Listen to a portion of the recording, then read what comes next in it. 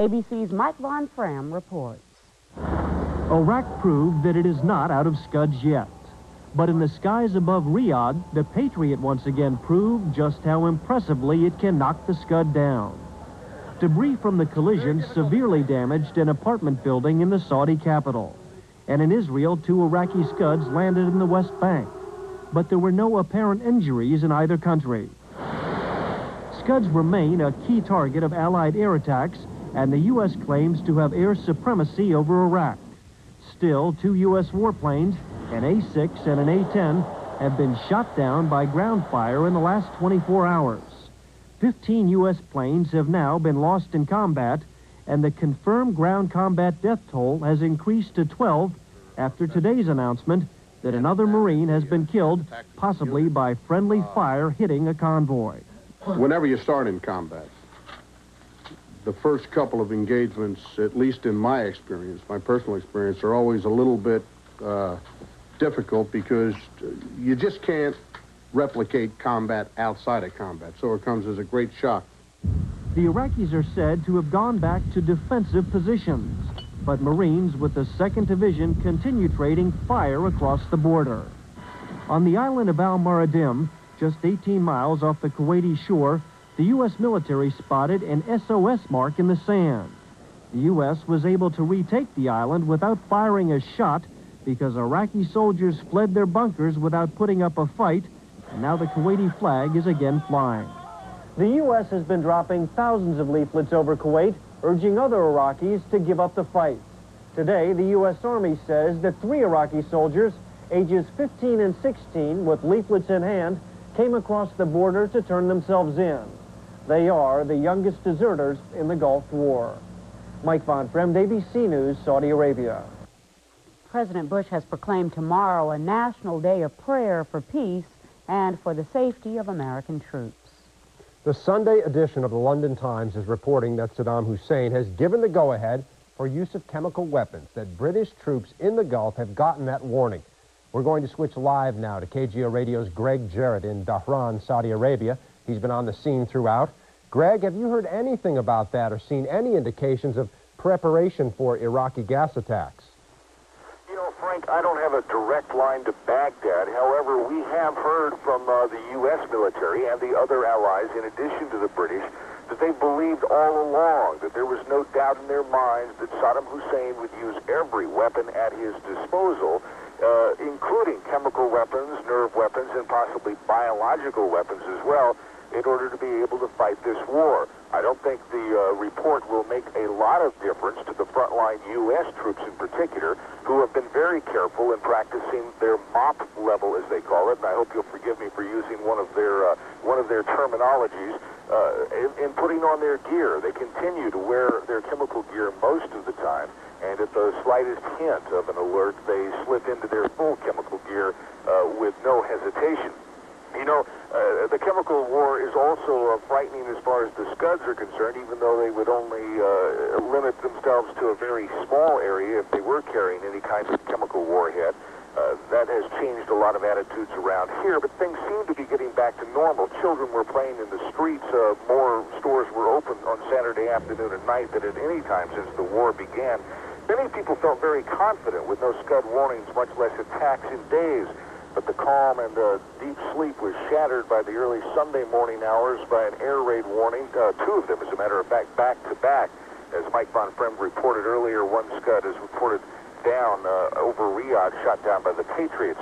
Meanwhile, about 200 miles north, all along the border, Marines and soldiers with night vision goggles are pacing nervously every night as we're getting reports of many Iraqi probes accompanied by a lot of firefights all along the northern Saudi border.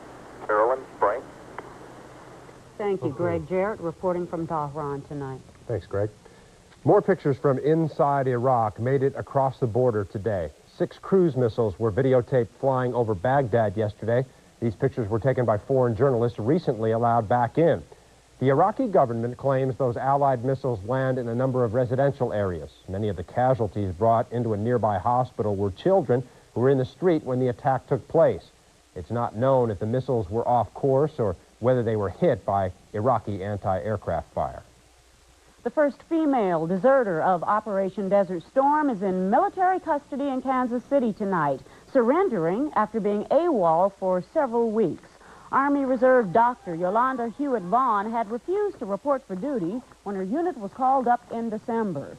She turned herself in today with both critics and supporters looking on. And you asked me to tacitly approve the killing of hundreds of thousands of civilians. For what? For oil? For the Emir of Kuwait to be put back on the throne with his 70 wives? For the arrogance of power? Hewitt Vaughn, a 39-year-old mother of three, could now face court-martial. In Virginia today, more than 3,000 people rallied to show support for troops in the Middle East by forming a larger-than-life human flag. Participants held up pieces of red, white, and blue cardboard to form the giant version of Old Glory. Today's rally was held near Hampton Roads, home to the nation's largest naval base. The local radio station responsible for organizing this stunt will mail photographs and videotapes of the human flag to the troops in the Persian Gulf. Still to come on Channel 7. And radically cut. Allied bombs are now so effective, nearly 100 of Iraq's best warplanes have fled to Iran, and B-52s are dropping up to 400 tons of explosives a day on the Revolutionary Guard. U.S. cruise missile attacks also continue. Allied air supremacy now is slowly choking off communications with. 7 Marines who died in a border clash last Tuesday were killed by friendly fire, a Maverick missile fired by the Allied side. A short while ago, Major General Robert Johnston also reported 2 more U.S. aircraft losses. A Marine Cobra helicopter crashed in Saudi Arabia, killing both pilots. And an Air Force B-52 bomber went down in the Indian Ocean while returning to its island base at Diego Garcia. 3 crew members were rescued, 3 others are missing. Johnston also said that one of 2 Scud missiles fired at Israel last night may have fallen in Jordan. This has been a Gulf War Update. News. Good evening, I'm Carolyn Tyler. And I'm Frank Crocker. The 19th day of war has dawned in the Persian Gulf, with the military dynamo that days ago claimed air supremacy having its share of problems in the air and on the ground. United States Armed Forces have experienced some significant trouble away from the fighting, failures of war machinery that in some cases have led to fatal casualties. They packed the biggest wallop of all conventional weaponry, the Air Force's high-altitude, high-impact B-52 bomber, the aircraft that's been raining explosive terror on Iraqi troops along the Saudi-Kuwaiti border. But today, the United States lost its first giant warplane as one of the jets traveled the 2,500 miles back to base in Diego Garcia. The B-52 crew ditched in the Indian Ocean. 3 airmen were rescued. The other 3 are listed as missing tonight.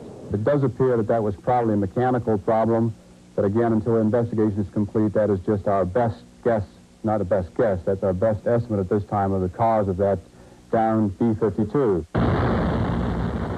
A Huey Cobra gunship flown by the Army, as well as a Marine Huey transport helicopter, also crashed off the front line in the Saudi desert today.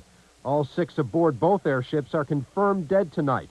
Neither fatal mission is believed to have been flown in a combat situation. There is also word that some of the Bradley fighting vehicles, the primary transport for American ground troops, have transmission problems that cut their speed by half.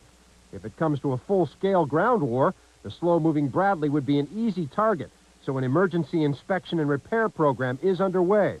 There was one lucky break revealed today, coming through the capture of some Iraqi sailors who were in possession of night vision technology. To find out that they had almost the equivalent of what we have kind of came as a surprise. Ironically, the U.S. Navy is now using the confiscated night scopes to help locate and destroy Iraqi mines. And U.S. officials tonight say there is every reason to believe that 7 of the 11 Marines who died in combat near Khafji last Wednesday were killed by friendly fire. KGO Radio's Greg Jarrett has been in the Middle East since before the war began, and he's joining us now live by phone from Dhahran, Saudi Arabia. Greg, the B-52, the Huey helicopter, and reports of trouble with the Bradley tanks. All this has to have an impact on troop morale. Well, a lot of impact is being felt here, Carolyn, but the forces, the powers that be among the forces are trying to turn things around. The equipment that is breaking down may be outweighed, they say, by the stuff that's working. The Patriot anti-missile missile is the big shining star here, and there are others. A truck with rockets mounted on the back that fire as artillery is working just fine, they say. So they're trying to move to the positive here. I've spent the last few hours talking to helicopter pilots, both of the Cobra and of the Huey that went down, to try and get a feel for what may have gone wrong there. The Cobra, an AH-1 gunship, flies a variety of missions, from escort to other more vulnerable helicopters, to highly dangerous low and slow reconnaissance patrols. The pilots tell me the 2-seat Cobra often flies from 50 to 150 miles per hour just 15 feet over the sand dunes and takes those missions on repeatedly, flying through dust and sand. The venerable Huey, UH-1, flies a variety of missions as well and is highly used here. The crew often consists of 4, the pilot, co-pilot, crew chief, and loadmaster. The problem, they say, is not so much with the equipment itself and its design, but the fact that it's been here for 6 months in many cases. The helicopters are facing harsh conditions in this environment as the all-pervasive dust and sand grinds away at the insides. Time for maintenance is very low, but morale, for the most part, is pretty high. Carolyn, Frank? Thank you, Greg Jarrett, reporting for us from Dhahran, Saudi Arabia. As of tonight, the Allied air campaign has passed the 40,000 sortie mark. Late this afternoon, a missile, thought to be a U.S. missile, blasted Baghdad. Iraqi authorities are giving journalists a tour of damaged areas and continue to insist that scores of civilians have died from the bombing raids. Iraq is saying this weekend there were fewer attacks, though the official news agency in neighboring Iran says Allied shelling has been heavy around the southern Iraqi port of Basra and other cities where the elite Republican Guards are believed to be camped.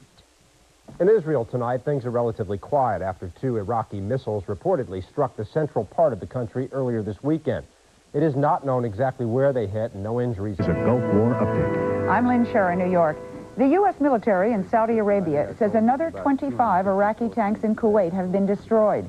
The Allied command also says the Iraqis have become so concerned with protecting assets, they've begun moving command posts into schools and mosques and planes into civilian areas. The British command today released these pictures of a British warplane destroying an Iraqi bridge over the Euphrates River.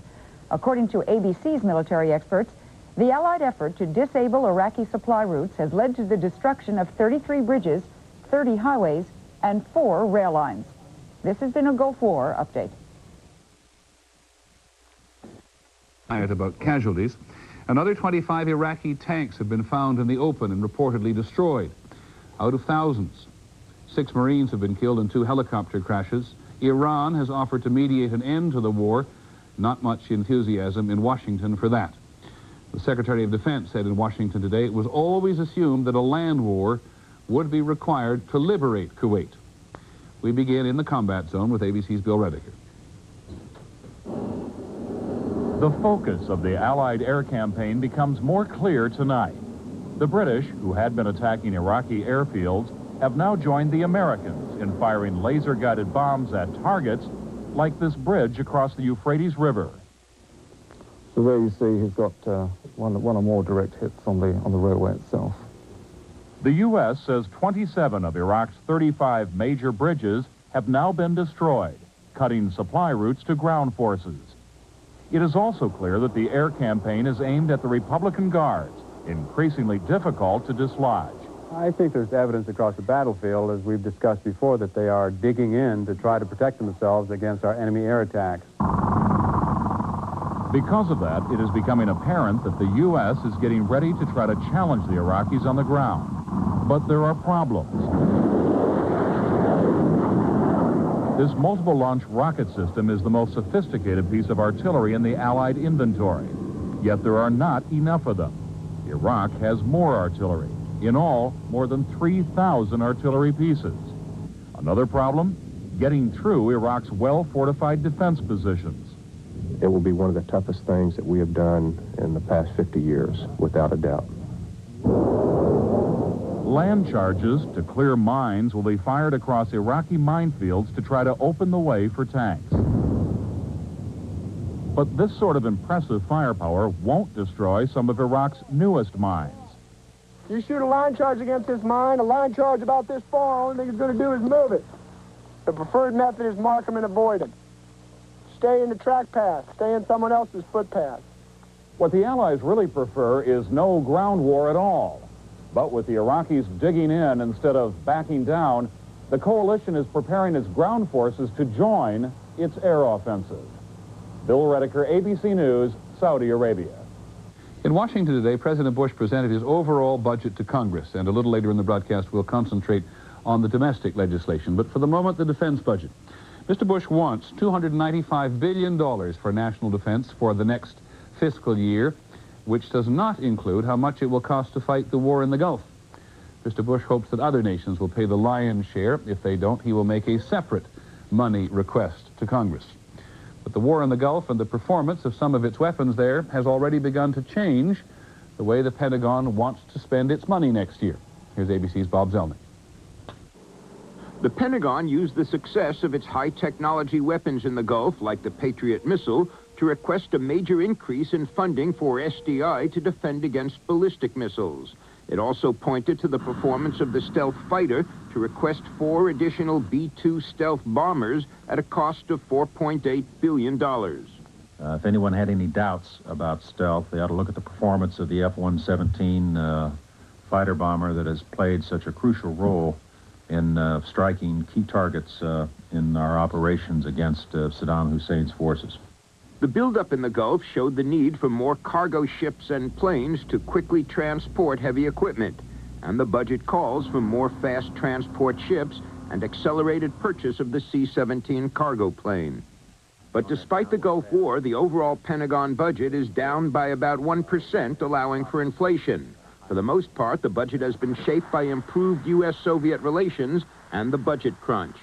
The number of active duty military personnel will be cut by 25% over the next 4 years. This despite the fact that the Army is not yet confident enough of its combat reserve forces to assign them to the Gulf. The military plans to stop buying some of the weapons now playing prominent roles in the Gulf War. The Pentagon says it has enough Bradley troop carriers and F-15 Eagles.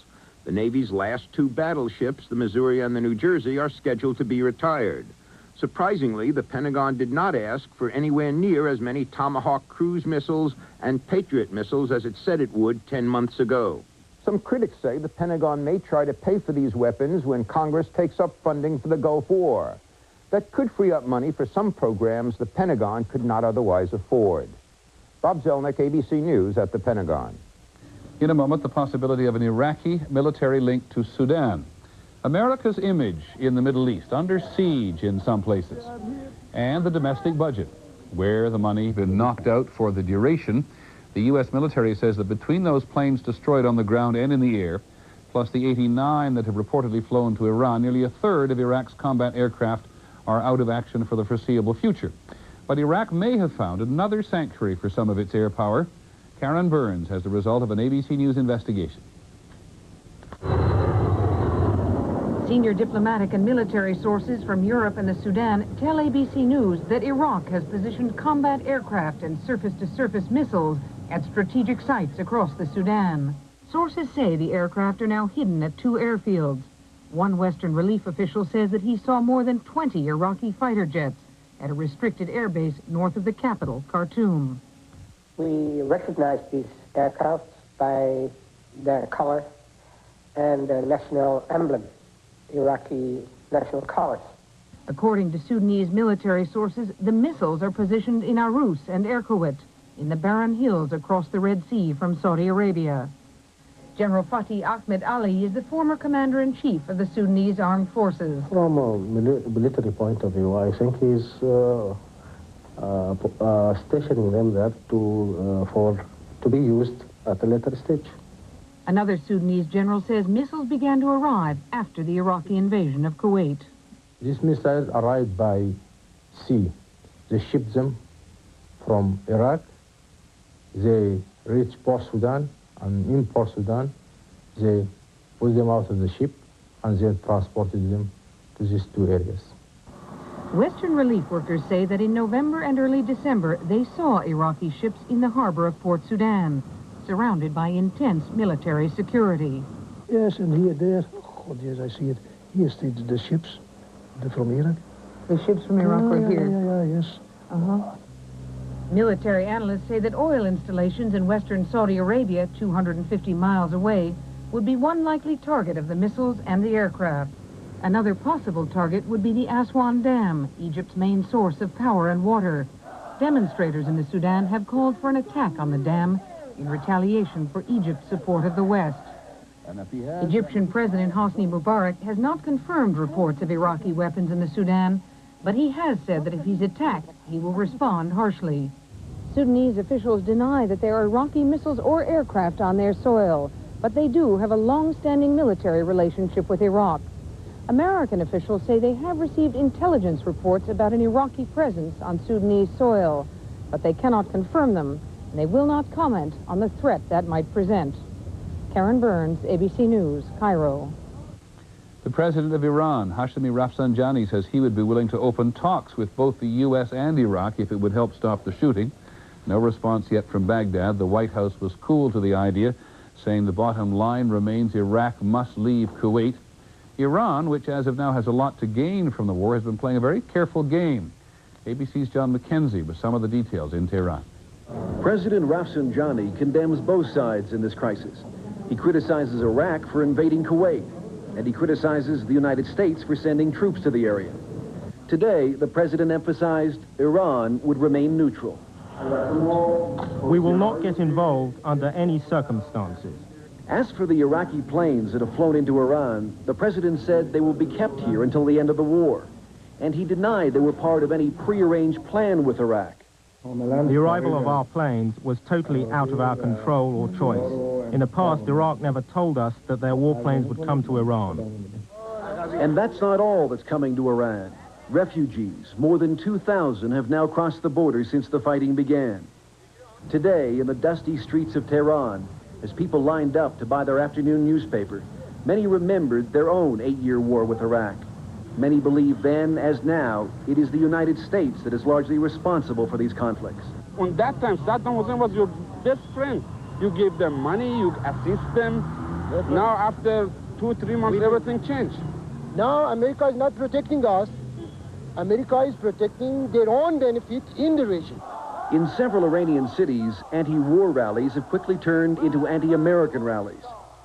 The real concern for Iranian leaders is quickly becoming what happens after the war, what happens to the U.S. forces. If American forces remain in the region, there will never be any security here. This crisis presents Rafsanjani with a delicate balancing act at home, as Islamic fundamentalists try using the war to push him out of office. As the fighting in the Gulf continues, as more Muslims are killed, the more difficult it becomes to keep that pledge of neutrality. John McKenzie, ABC News, Tehran. In the biggest city in Saudi Arabia, the city of Jeddah, last night, gunmen attacked a shuttle bus carrying American servicemen. Nobody was hit. 2 Americans were slightly injured by flying glass, and the gunmen escaped.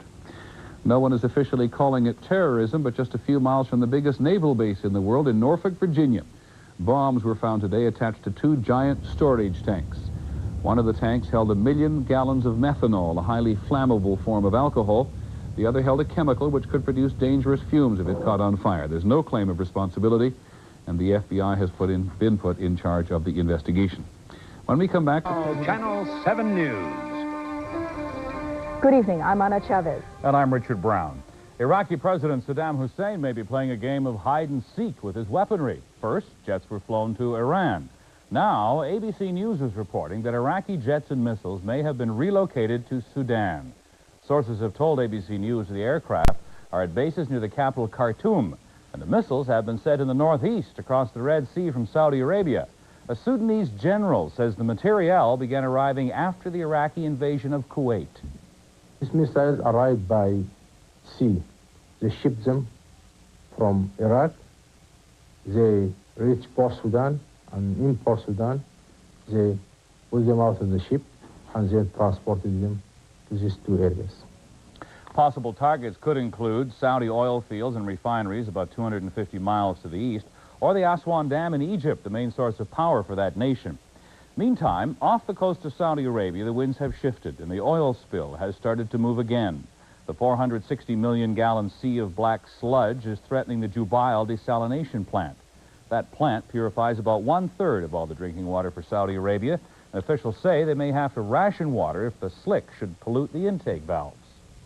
It's Tuesday morning in Iraq, where Radio Baghdad is calling once again for terrorism in support of Saddam Hussein. Sources in Cyprus say the messages are very specific, using names that could be part of some kind of code. Some believe the call to terrorism is the first coded broadcast to come from Radio Baghdad. Right now we're joined by KGO Radio's Greg Jarrett, who joins us from Saudi Arabia. Greg, what is the reaction to the new threats of terrorism? Anna, many people, including and especially, I should say, soldiers, feel that they are trapped, even those who aren't right at the front. They're trapped in their tents and their bunkers. A lot of people feel like they're trapped in their homes. Military officials say there is a 40% chance of terrorism here in Saudi Arabia at any given moment. With soldiers as a possible main target, they're being restricted to work. Town is off limits. No shopping, no relief from the sameness of the military food. Officials in this country have taken extraordinary precautions to fight against the possible threat of terror. This country is one big checkpoint. Trips that used to take 3.5 hours to get from one city to another take up to 10 hours because the highways have been moved down to one lane so that people can't move quickly, so they can be observed better. Because of the location of this country, it is feared it would be simple for Iraq to direct their terrorists to move about freely until they were directed to attack at specific targets. And as you say, there is fear that this may be the next big surprise that Saddam Hussein has been promising, and that surprise could be terror directed against people in Saudi Arabia. Anna, Richard? Greg, the ABC News report out of Cairo tonight that some Iraqi missiles and jets are in Sudan. Are you getting any information on that in Saudi Arabia? Yes, within the past couple of weeks, there had been word that there were 2 locations that Saddam Hussein might have been directing his material. One of those was Jordan. The highway had been hit quite heavily, the only road between Jordan and Iraq. There had been a lot of complaints about that, but the military simply responded that there had been material moving in both directions there. The Sudan report had surfaced some time ago, however, had not been confirmed. Now there are sources who are saying it is true, and it most certainly is plausible that he had started making preparations before the war in order to be able to strike back. The Sudan, as I say, had been brought up several times in the past. Greg Jarrett in Saudi Arabia, thank you very much. Of course, Greg's reports can be heard on KGO Radio in the morning and here on Channel 7 at 5, 6, and 11. Tonight, FBI agents say it's just too early to tell whether pipe bombs found at a Virginia chemical factory today were the work of terrorists. 6 explosive devices were found on 2 chemical tanks at the Allied Terminals Company. An employee found the first bomb strapped to the valve of a tank holding 1 million gallons of methanol. His call to authorities set off an evacuation and a complete search of the plant. All of the devices were safely removed and destroyed. The chemical company is within 10 miles of the sprawling Norfolk Naval Base. Friends and family of Marine Staff Sergeant Michael Connor said goodbye today. Connor is the first Bay Area serviceman killed in Operation Desert Storm. He died when his truck collided with another on a mission to Kuwait. A childhood friend and fellow Marine delivered one of the more touching tributes. Because he died for what he believed in. And that was our God, our country, and the love for his family. Fortresses, the centerpiece of the Allied attack on Iraq's Republican Guard, dropping hundreds of tons of bombs on them every day. Just based upon the delivery methods and the volume that we've been able to put on them, being an infantryman, I certainly wouldn't want to be under that type of attack right now. The success of the aerial assault is critical to Allied strategy. Saddam is holding the Guard far back from the front lines, dug in, prepared to counter an Allied ground assault. The U.S. and Saddam agree on one thing. We believe the Republican Guard is at the heart of his military capability and his political power. But that's the unit that he used to take Kuwait. Those are the units that he used in his war with Iran for offensive purposes. They are the heart of the regime. The deadly alliance between Saddam and his elite troops was born in 1968 with a palace coup. The Guard was the force that put Saddam's Ba'athist party in power. The Guard simply turned their tanks in the wrong direction and told the president to leave. From that time on, the Republican Guard became stronger. When Saddam himself seized the presidency in 1979, they became his protectors. They were Sunni Muslims. They were members of the Ba'athist Socialist Party, both the enlisted men and the officers. Many of the enlisted men were college graduates. It was an elite organization which was designed to provide protection to Saddam Hussein and to supplement the regular army if necessary. The Guard's baptism of fire came courtesy of Iran and 8 years of war. After fierce fighting and years of losing, they successfully defended the southern Iraqi town of Basra and learned how to dig in against almost any attack, knowledge they used preparing for this war. The Republican Guard appears to have had 5 months in which to prepare effective defensive positions. They will have dug the tanks in with tractors. They will have dug trenches for storage of ammunition and storage of supplies. And so the bombing will have to be very effective indeed to knock out the Republican Guard. The Republican Guard emerged from the war with Iran as heroes. 8 divisions strong, an estimated 150,000 men, the best paid and best equipped in the nation. And now they've returned to Basra to stand again for Saddam. I think that they are hoping to turn the area just south of Basra into an enormous killing field to inflict terrific casualties on U.S. and other forces as they have fought their way through the other Iraqi forces in Kuwait. The Allies have countered by hitting the Guard with the heaviest air assault in history. How much has the Guard been weakened by the attack? I guess the best way to say is we just don't know. I mean, you get all these various reports, you hear a lot of things from a lot of people, but we just have no concrete way of knowing. There simply isn't a way of knowing. Conventional wisdom offers several scenarios for defeating the Guard. The 2 most commonly discussed: first, an end around by the 7th Armored Corps, cutting off supply lines, and second, heading directly to Baghdad itself.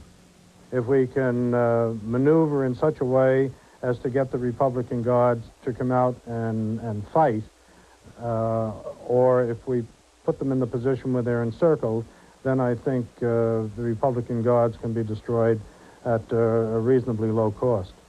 The fact is, no one knows what U.S. or Iraqi military planners are up to, and no one knows just how good the Republican Guards really are. They are instead the great question mark in the looming ground battle ahead. The answers they provide may very well determine the outcome of the war. Forrest Sawyer for Nightline in Dhahran, Saudi Arabia. When we come back, targeting Saddam. I'm Liz Gonzalez, and topping the Persian Gulf War. We're coming up on a 3-week mark of Operation Desert Storm, and the air campaign over Iraq is more intense than ever. Allied warplanes are taking to the skies at a staggering rate of more than 1 a minute. Reporter Brent Sadler of the British network ITN gives us a view of the air war from the ground in Baghdad. A reminder, this report has been cleared by Iraqi censors. Renewed Allied airstrikes on Baghdad began around midnight local time and lasted until early this morning.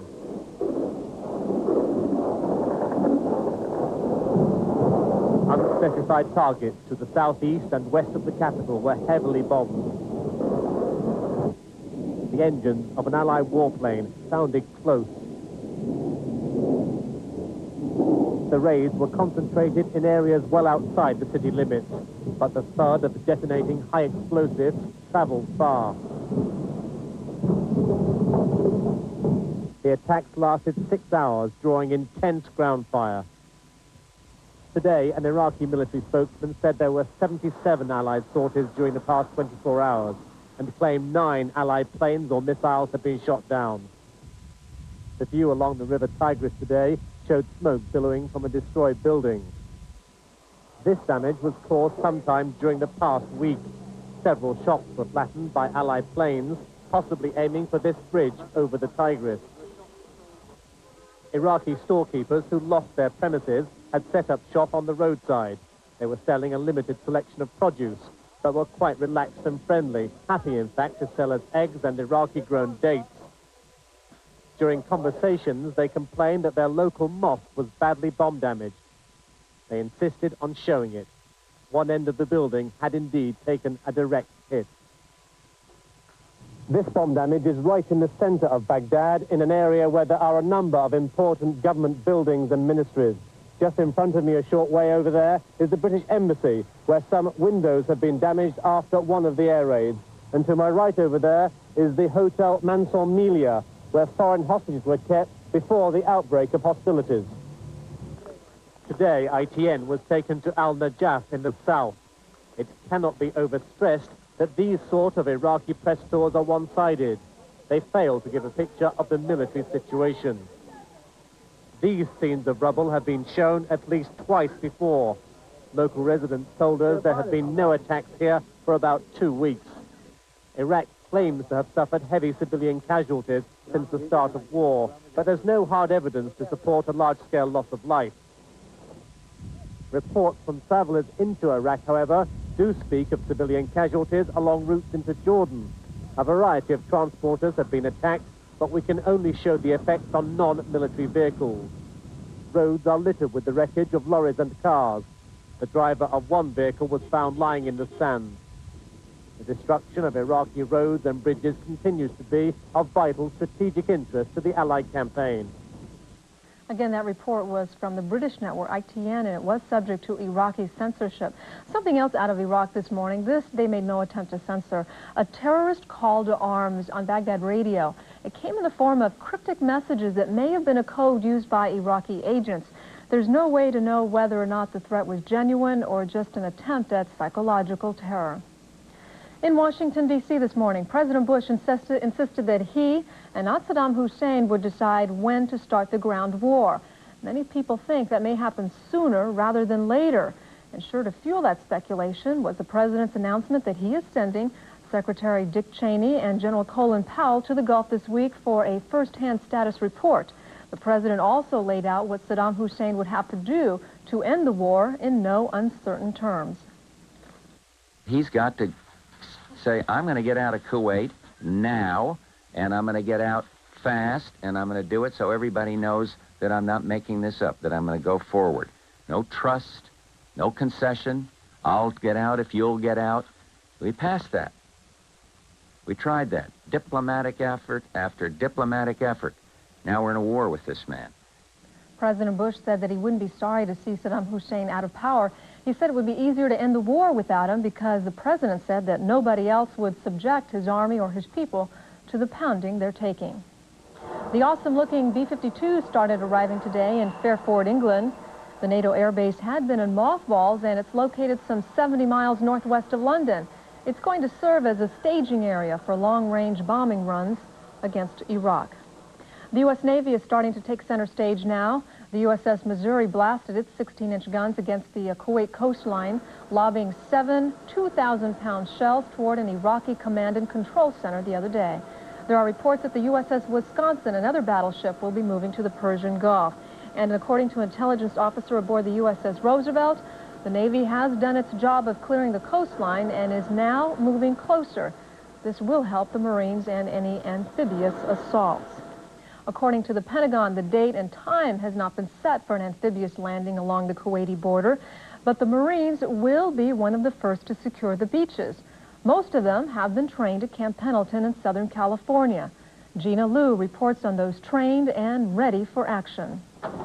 It is a training school for Marines by Marines, getting them ready for a ship-to-shore attack. They're going to charge the beaches, but they'll stay with their vehicles. They're going to be the platoon commanders, so they'll be in charge of the vehicles that they hit the shore with. These are landing ship tanks, or LSTs, and they are exactly what are ashore and afloat in Kuwait. The LSTs are equipped with grenade launchers and machine guns. Usually, some 400 Marines go through training school in a year, but because of the Persian Gulf crisis, more than 600 will be trained in 6 months. If I put a Marine through this school, I will go to combat with it many times. They travel more than 8 miles per hour in the water, and they can maneuver in 15-foot swells and plunging surfs of more than 10 feet. Marines say these can handle most anything in the water, even oil spills. If the oil spill is not on fire, sir, we'll have no effect on our vehicles going from ship to shore. If it is on fire, then depending on where the fire is located, and how serious it is, they may have to relocate the beach that they assault. On land, they travel 20 to 45 miles per hour, depending on the terrain. This training and equipment gives the Marines the confidence to do their job. Are you ready to go? I'm ready to go. And they may have to go at any time. Gina Luke, Camp Pendleton. In other developments in the Persian Gulf today, the exodus of Iraqi planes to Iran continues. The U.S. Central Command says that at least 10 more Iraqi planes have followed to Iran, and more than 100 are already there. Reports that 25 Iraqi soldiers have surrendered to the Allies near Khafji. 2 of those soldiers may be officers. And signs that times are getting much tougher in Baghdad. Iraq has cut off sales of heating oil and gasoline to civilians there. From Mark Austin of Independent Television News. For the first time, a cockpit camera provides a pilot's eye view of a mission. The precision comes from these bombs with laser guidance systems attached to the front. They're steered by monitoring equipment on the Buccaneers, seen here refueling before they and the Tornadoes leave friendly skies. These days, the missions are flown unchallenged by enemy fighters, and there's little defensive fire from the ground. When the laser is on target, the Tornadoes drop their bombs. Here, a bridge inevitably carrying civilian as well as military traffic is hit and destroyed. The left-hand side of the bridge, targeted by one Buccaneer, goes first. Splash. Okay. You follow on then, Hoppy. Immediately afterwards, another plane lines up its laser on the right-hand side. Okay, I'm lasing. 35. Okay. Oh, yes. Good hit. Mission accomplished, the planes head for home. American B-52 bombers continued to pound Republican Guard positions in southern Iraq today. Meanwhile, B-52s began arriving at the RAF airbase in Fairford, England, 70 miles north of London. The planes will fly bombing runs into Iraq and Kuwait. Britain agreed to a U.S. request to base the planes at Fairford because of a shortage of space at bases in the Middle East. The U.S. Air Force in Saudi Arabia began preparing for a ground offensive today. We have a report by Network Pool reporter Scott Pelley. He spent the day with the 157th Tactical Fighter Wing in central Saudi Arabia. The combat role of many U.S. attack planes changed suddenly today, suggesting preparations for a land assault are underway. F-16s that had been involved in massive bombing are now being fitted with Maverick missiles designed to support ground forces. I hope it helps the ground troops up front so they don't have so much battle to do. And it also tells me that a few days down the road, they're going to be moving. The Maverick is a precision-guided missile used to take out individual targets like tanks and artillery pieces. The pilots here say it is the weapon of choice to be used after the massive strategic bombing begins to wind down. Returning pilots say the Maverick is needed because after 3 weeks of bombing, there are fewer targets left. They're dispersing more and more, and I think that's because of the damage that's been done to them. They're getting harder and harder to find. However, we're doing a better and better job of finding them. The Air Force says Mavericks kill targets more than 80% of the time. Pilots returning today were impressed. These planes are concentrating on Iraq's elite troops, the Republican Guard.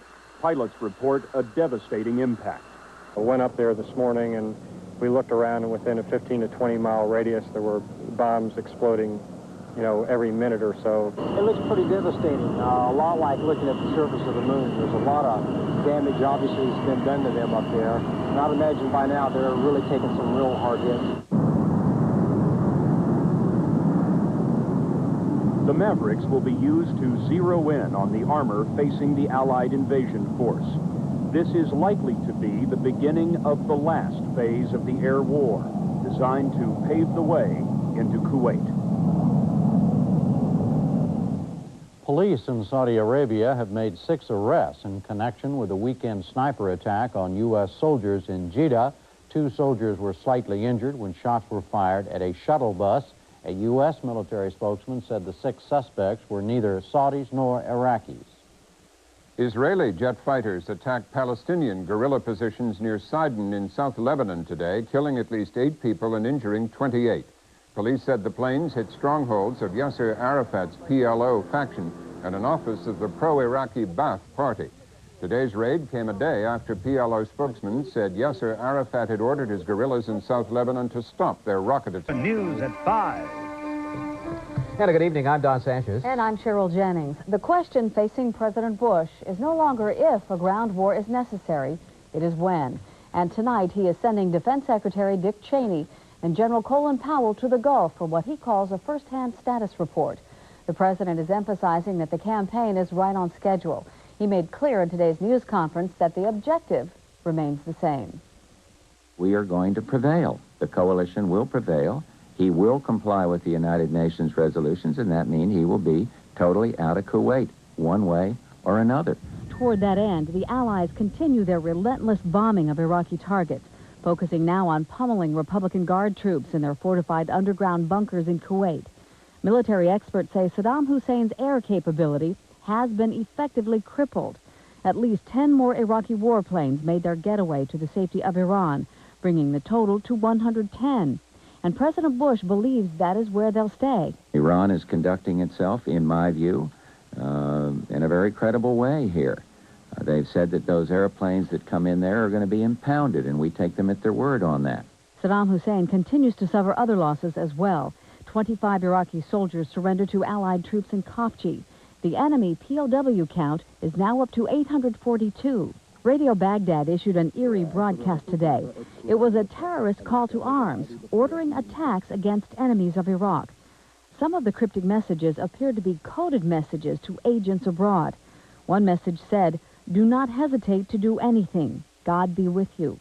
Another said, "Implement what is on the table and what's outside it." Radio Baghdad also had some bad news for Iraqi citizens. The sale of fuel has been cut off until further notice. That includes heating oil and gasoline. Back on the home front, President Bush stressed the U.S. objective is simply to drive Saddam Hussein's forces from Kuwait. But would I mourn if somehow Saddam Hussein did not remain as head of his country? I thought Prime Minister Major spoke very well about it, spoke very convincingly about it, and he reflected my view that no, there will be no sorrow if he's not there. Iraqi troops exchanged fire with Syrian forces in northeastern Saudi Arabia. It was the first reported combat by Syria in the Persian Gulf War. KTO Radio's Greg Jarrett joins us live via telephone now from Saudi Arabia. Greg, you just heard that Syrian and Iraqi forces have exchanged fire, and of course for the first time in this war. So now, how does that change things? Well, Don, it was an Iraqi-initiated move, and it may have been a daring move militarily, but it certainly appears to have been politically foolhardy for Iraq. Iraqi troops reportedly crossed the Saudi border near Hafir al-Batin. That's a position guarded by Syrian troops. Syria has been part of the force allied against Iraq, but Syria has in the past seemed more politically aligned with Saddam Hussein than with George Bush. That may have changed with this attack on Syrian positions. One group was reportedly overrun by Iraqis in fierce, bloody hand-to-hand battle. Another Syrian outpost came under artillery fire but held position. Syria may not be in question any longer, not since Syrian troops have been bloodied in this war in the Gulf by a move initiated by the Iraqis. Cheryl and Don? Greg, we've heard that Saudi forces have 6 suspects in the sniper shooting of a busload of Marines yesterday in Jeddah. Now, what kind of punishment would those suspects face? Well, first, those suspects have not been identified as Iraqis. In fact, we were told they were definitely not Iraqis, and we know that they are not Saudi citizens either, but they are described as residents, which means foreigners who had been issued work permits here in the country. The Saudis say, as such, they knew the rules, they know the laws of Islam. Those laws of Islam dictate that the punishment should be amputation or beheading, depending on the severity of the nature of the crime, whether they were a ringleader or whether they were simply a follower. All right, Greg. Thank you very much. That was Greg Jarrett reporting live from Saudi Arabia. This is KPIX Eyewitness News at noon. Good afternoon, I'm Liz Gonzalez, and topping Eyewitness News at noon. Operation Desert Storm is 3 weeks old today. The major headlines from the Persian Gulf: according to the Pentagon, the Allies continue their dominance in the skies. U.S. fighter jets have shot down at least 2 Iraqi warplanes trying to go to Iran. Iraq claims that 150 civilians were killed in Allied air attacks last night. Baghdad has cut diplomatic relations with the U.S. and other coalition members. And the Pope has issued another appeal for peace. John Paul II called for restraint and said that using chemical weapons would be unacceptable. It may be the quiet before this storm really begins in the Persian Gulf. Juan Vasquez has this update on the most recent action in the desert.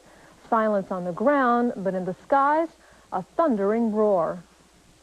Ever since the Iraqis attacked Khafji last week and were soundly thrashed in the Allied counterattack, there has been little action on the ground.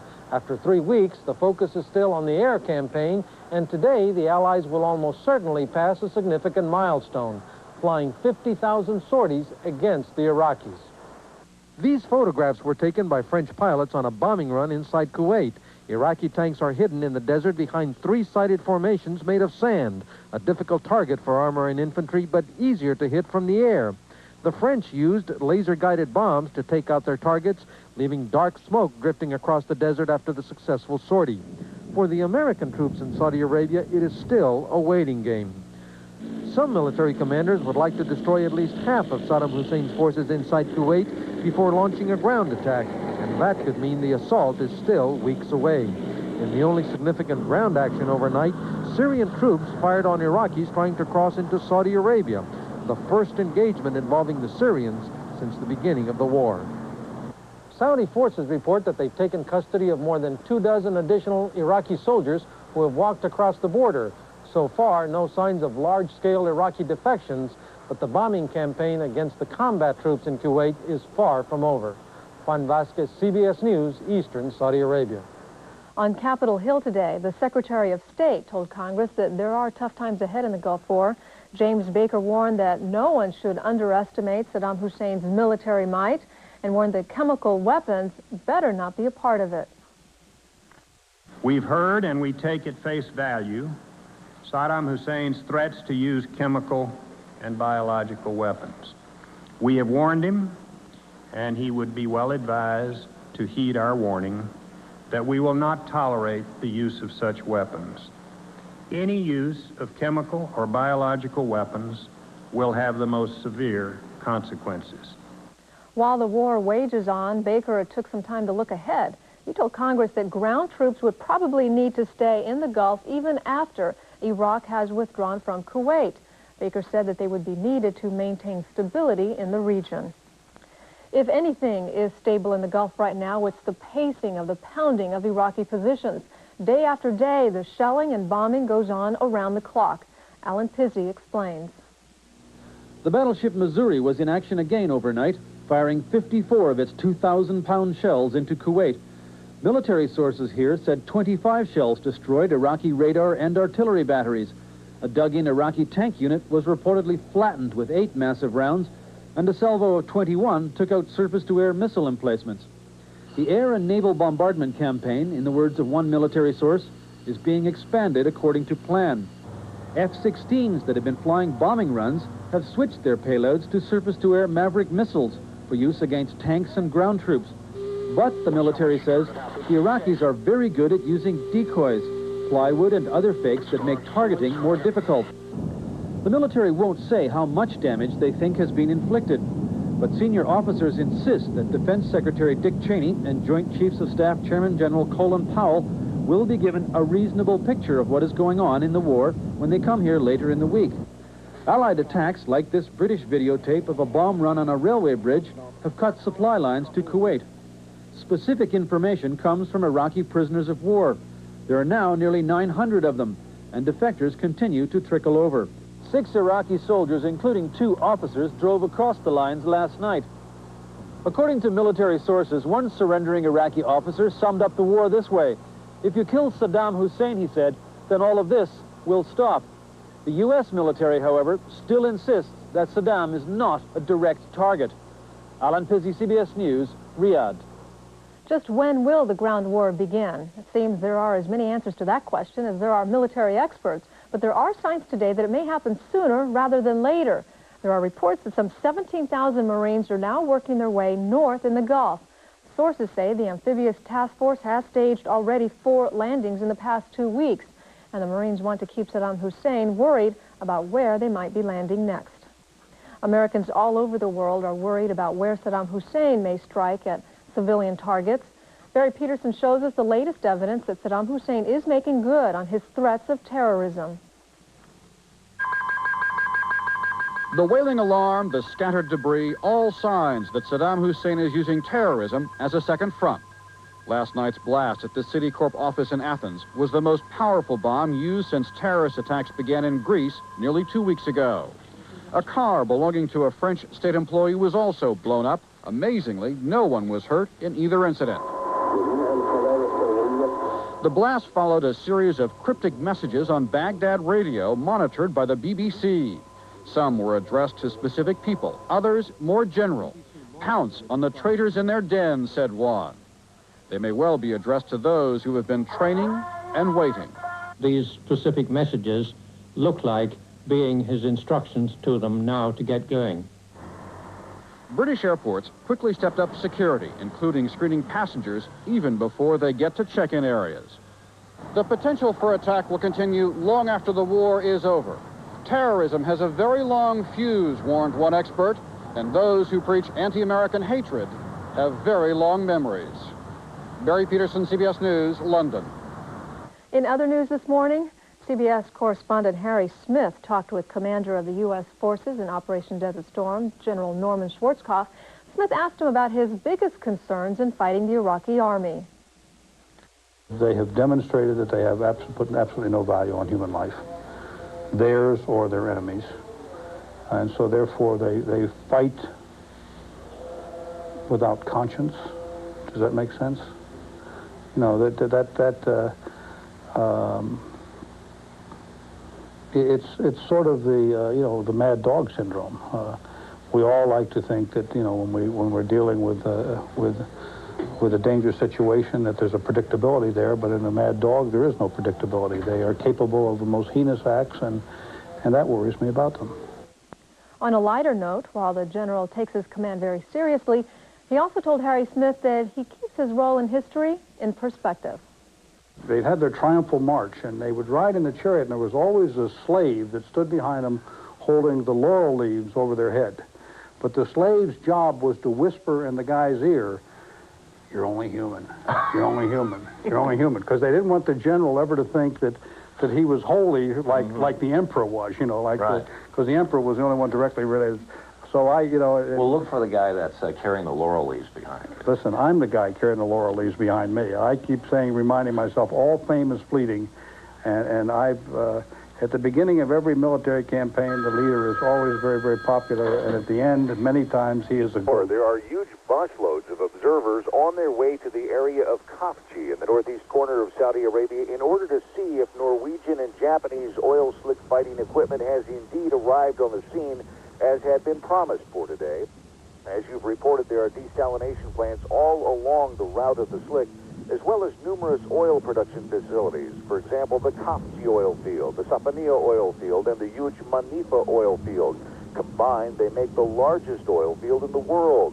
Along that route also, the relatively small freshwater plant at Safaniya is already in the area of the spill. The Saudi Ministry of Information tells us there are enough oil and gas reserves on hand in the kingdom to fight this war for many months, even at the slowed output of the oil production facilities being swamped by the gunky slick, but that if the war went on for a long period of time, then the effect could be crippling.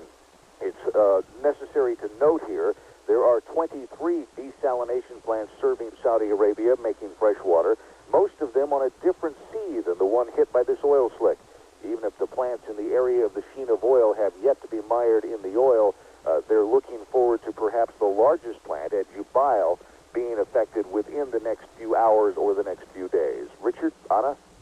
Greg, we have heard some reports that there may have been another accident involving U.S. Marines. Have you heard anything about that? We're very saddened to report that one U.S. Marine has been killed, 7 others injured 2 Saudi soldiers suffered minor injuries when a U.S. Marine Humvee and a Saudi 5-ton truck collided head-on. Marine casualties have been medevaced to military hospitals. I have to say, driving is extremely hazardous over the past couple of days because of sandstorms and the necessity of massive amounts of traffic moving north. They're moving at high speeds and visibility sometimes less than an eighth of a mile. Greg Jarrett in Saudi Arabia, sad news. Thank you very much for your report. Of course, Greg's reports can be heard every morning on KGO Radio and here on Channel 7 at 5, 6, and 11. There was as much diplomatic flack as anti-aircraft in the air late today as Iraq cut ties with the Allied nations and Jordan's King Hussein denounced the war and the United States. Good job, Hughes. Party's a tent. Above the battlefield, Americans caught and shot down 4 Iraqi jets headed for Iran. Most spectacular thing I've ever seen, I'll tell you that. And the Pentagon released some spectacular video of its own, of a test of an air fuel bomb that both sides possess. It works by spreading a fine mist of fuel over a wide area, then igniting it. The fireball pulverizes anything in its path and absorbs all the oxygen within a quarter-mile radius. Do we have anything in principle against fuel or explosives? Not that I know of. And in New York tonight, President Bush reiterated his resolve. And 3 weeks ago tonight, Allied forces moved to end a conflict that we did not seek and that we did not begin. But ladies and gentlemen, it is one that we and our allies will finish. A new ABC News Washington Post poll shows overwhelming support for the war effort, despite evidence that the war could drag on. 54% of those questioned said they thought the war would last more than 6 months, and 78% say they support Operation Desert Storm as it's currently being conducted. From ABC News, this is a Gulf War update. I'm Lynn Scher in New York. In Washington, Secretary of State Baker responded harshly to yesterday's speech by Jordan's King Hussein, who called the Gulf War an attack against all Arabs and Muslims. Baker said the king is now on the wrong side of the conflict. American F-15s today shot down 3 more Iraqi jets attempting to flee to Iran. American pilots have shot down 7 Iraqi jets in the last 2 days. This is KPIX Eyewitness News at noon. Turkey. Former Master Sergeant Bobby Mizol was shot outside of his home near Incirlik Air Base. Allied warplanes have been using that base for bombing Iraq. An anonymous call to a Turkish newspaper said that Turkey cannot be used for, quote, the bloody games of U.S. imperialism, end of quote. Some of the other developments in the Gulf War today. American fighters shot down 2, maybe 3 more Iraqi jets trying to get to Iran. Iran says another 5 Iraqi jets crashed trying to get to Iran. 1 of them landed safely. Former U.S. Attorney General Ramsey Clark is in Iraq and reports that in the last 10 days, 100 civilians have been killed by Allied bombing in residential areas. And Secretary of State James Baker is proposing an international aid package to help the Middle East region recover after the war. But before we have peace, we may have to go through a bloody ground war. A British commander in Saudi Arabia told reporters today that he believes it is inevitable. Right now, however, the action is still in the air. Here's Juan Vasquez with that part of the story. When the war began 3 weeks ago, few could have guessed that the bombing campaign would go on this long without a ground assault. But the latest information released by the military command indicates that the war in the air is still undercutting Iraq's ability to wage an effective war. The latest targets taken out by pilots on bombing runs over enemy territory include a rocket motor plant outside of Baghdad and a convoy trying to keep supply lines open. Pilots say such moving targets are becoming increasingly difficult to find because drivers have learned the hard way that they face enormous risk by taking to the road. And now Air Force F-15s have found new targets just above the desert floor. Iraqi jets streaking eastward fast and low in an attempt to find sanctuary in Iran. They think if they can get low enough that they can, their return will be confused with the ground clutter, and our radars won't be able to display that to us. Well, it's fundamentally wrong, and it's been proven over and over to them now. As Allied warplanes continue to pound enemy positions inside Kuwait, defectors are still trickling across the border. Overnight, 4 more Iraqi soldiers reportedly turned themselves in, complaining of low morale and meager rations. The military command says 850 Iraqis are now being held as prisoners of war. Yesterday, for the first time, reporters were taken to an ammunition dump containing lethal fuel-air explosives, bombs that explode in midair, and gator bombs that disperse mines. The military command says these are not being used presently on combat sorties, but they are being stockpiled for the battle for Kuwait. Juan Vasquez, CBS News, Eastern Saudi Arabia. The U.S. Navy is still in on the action in the Gulf. The famed USS Missouri continues pounding Iraqi targets. The 16-inch guns fired away for 3 days in a row this week, but it has pulled back for now. The Missouri has stopped to let its sister ship fill in. The USS Wisconsin took over the gunnery from the Gulf waters. The battleship moved to an area off Kuwait, fired its 16-inch guns for the first time since the Korean War. Earlier, the Wisconsin had fired a long-range Tomahawk cruise missile at Iraqi targets. No word on the result of today's bombardments. And now more about those firebombs that Juan Vasquez reported were ready for use. When firebombs explode, they create a cloud of fuel. A second explosion triggers a massive fireball. The double explosion is said to be strong enough to clear an area several miles wide. Iraq also has this type of weapon. The big two of the Bush administration's war team testified on Capitol Hill this morning. Defense Secretary Cheney and General Colin Powell are set to leave for the Gulf later today. There is wide speculation that their visit will help set the stage for the start of the ground war. Cheney told Congress that there is no plan to rotate the troops right now in the Gulf. He said the best rotation would be to wrap up the war quickly and get them home. While the Defense Secretary talked about getting them home, still more troops were headed to the Gulf today. More than 100 military police shipped out from Travis Air Force Base. The National Guard MPs are based right here in the Bay Area. They're from headquarters detachments in Pittsburgh and in San Mateo. Cheney and the chairman of the Joint Chiefs, Colin Powell, are scheduled to leave Washington for Saudi Arabia at this hour. Cheney and Powell will discuss the status of the war and the timing of a likely ground offensive with the commander of Operation Desert Storm, General Norman Schwarzkopf. And in these new pictures supplied by the British, an example of the freedom of movement won by Allied air power. In broad daylight, a huge convoy heads towards the Saudi-Kuwaiti border, unhampered by the threat of any Iraqi aircraft. We'll have a complete report later on World News Tonight with Peter Guiney. In this theater of war operations, some are polishing brass and others are checking for cleanliness. In the midst of all this war work, the soldiers are preparing for a visit by the representatives of their boss. Today, as you say, Cheney and Powell left Andrews Air Force Base in the States en route to the Persian Gulf with a stopover in Germany. They're expected to arrive here either late tonight or early Saturday morning. For a lot of people here, the Cheney-Powell visit is a sign, symbolic of the start of a new phase of the war, the ground phase. For others, it's a symbology that's a waste of time. While the exact itinerary of this visit is top secret for obvious security reasons, the commanders of two bases that are expected to be visits say any plan of action is already well in place, and this visit is merely the cement to bring the plan together in the public eye, not to judge whether or not it should be implemented, nor when it should be implemented. Richard, Anna? Greg, with news of the Scud intercept at Riyadh, what kind of visible evidence do you see of security boosts? Well, there have been 36 Scud attacks in the Saudi Arabian theater since the war began, but only one of those has happened since Saturday in Anna. The main fear in the rear echelon, not only for this visit, but for everyday security for those of us who live in the rear area, is terrorism.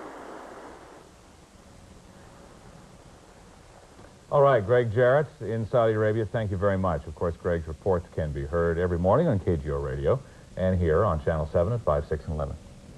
And just before Secretary Cheney and General Powell left Washington today, they listened as members of Congress voiced fears the U.S. is tumbling too quickly into a ground war with Iraq. Not go forward with this escalation. Every single feeling that I have in my body is frightening, ominous, and foreboding.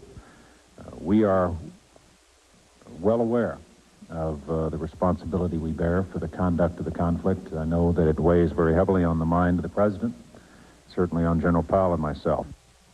Also today, Jordan's King Hussein dropped his neutral stand in an emotional speech defending Iraq. U.S. officials are now reportedly reconsidering an $80 million aid package to Jordan. Richard? There was a very bizarre scene in Amman, Jordan today. It was an auction. But what they were auctioning is alleged to be part of a U.S. F-16 fighter jet shot down over Iraq, a wing part. But the event got so unruly that police had to break up the auction before bidding started. And emotions were running high all over Jordan after King Hussein's speech last night in which he supported Iraq. In Ramtha, near the Syrian border, riot police had to disperse hundreds of demonstrators. A U.S. civilian was gunned down in Turkey today, apparently becoming the first American killed by terrorists opposed to the war against Iraq. Bobby Eugene Moselle was shot as he left for work at the Incirlik Air Force Base. U.S. warplanes have used the base for bombing raids into neighboring